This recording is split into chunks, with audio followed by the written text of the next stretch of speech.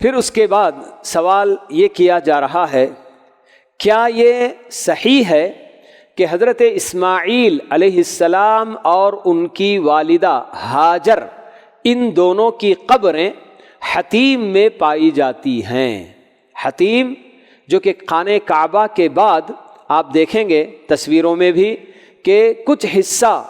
ایک چھوٹی سی دیوار اٹھا کر اسے گھیرا گیا ہے، اور لوگ طواف کرنے والے اس کے باہر سے ہی طواف کریں گے،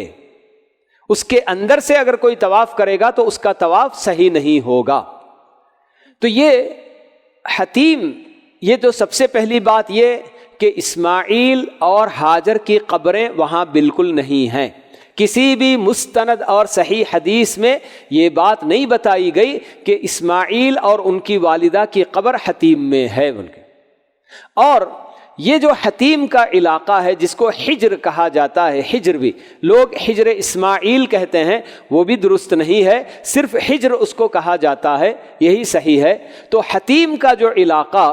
حقیقت میں یہ ہے کہ وہ کعبۃ اللہ ہی کا حصہ ہے۔ کعبۃ اللہ جیسے کہ اس وقت ہم لوگوں کو بالکل اسکوائر شکل میں نظر آتا ہے، وہ اسکوائر نہیں تھا، بلکہ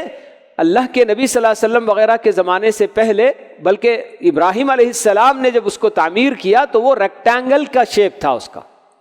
کہ اس کی 2 دیواریں زیادہ بڑی اور 2 دیواریں ذرا کم۔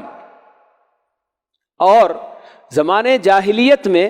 ایک مرتبہ جب سیلاب آیا، اور اسی طرح سے کچھ ایسی چیزیں کہ جس کی وجہ سے کعبۃ اللہ پوری طریقے سے ختم ہوتا چلا گیا، اس کی دیواریں جگہ جگہ سے گرتی چلی گئیں، تو تب اسی زمانے میں جاہلیت ہی میں کفار نے یہ فیصلہ کیا کہ کعبۃ اللہ کو اس کی بنیادوں پر اثر نو ری بلڈ کیا جائے،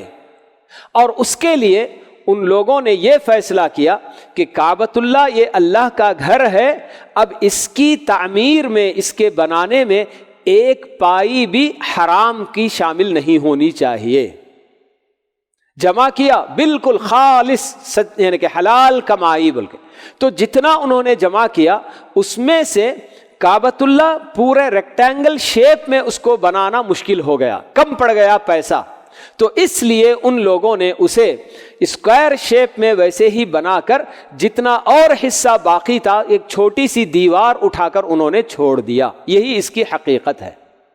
تو کعبۃ اللہ اصل میں ریکٹینگل شیپ کا ہے، ٹھیک، تو یہ کعبۃ اللہ کا حصہ ہے، اسی وجہ سے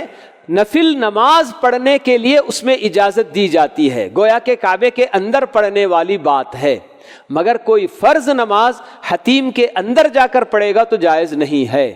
کیونکہ فرض نماز کے لیے قبلے کی رخ میں ہونا ہے، قبلے کے اندر نہیں ہونا ہے۔ تو نفل نماز میں اس کی گنجائش ہے، مگر فرض نماز میں آپ دیکھیں گے کوئی بھی اگر اندر ہو تو اس کو پولیس وغیرہ وہاں کے جو بھی ذمہ دار ہوتے ہیں نکال کے باہر کرتے ہیں کہ فرض نماز اس کے باہر ہی ادا کرنا ہے، کعبۃ اللہ کو اپنی طرف کر کے نماز ادا کرنا ہے۔ تو یہ اصل کعبۃ اللہ کی یہ حقیقت ہے، اور جو لوگ اس طرح سے کہتے ہیں کہ اسماعیل علیہ السلام اور ان کی والدہ ہاجر ان کی قبریں اس میں ہیں، تو یہ بالکل بے بنیاد بات ہے، اس پر ہم کو ذرا بھی اعتماد نہیں کرنا چاہیے۔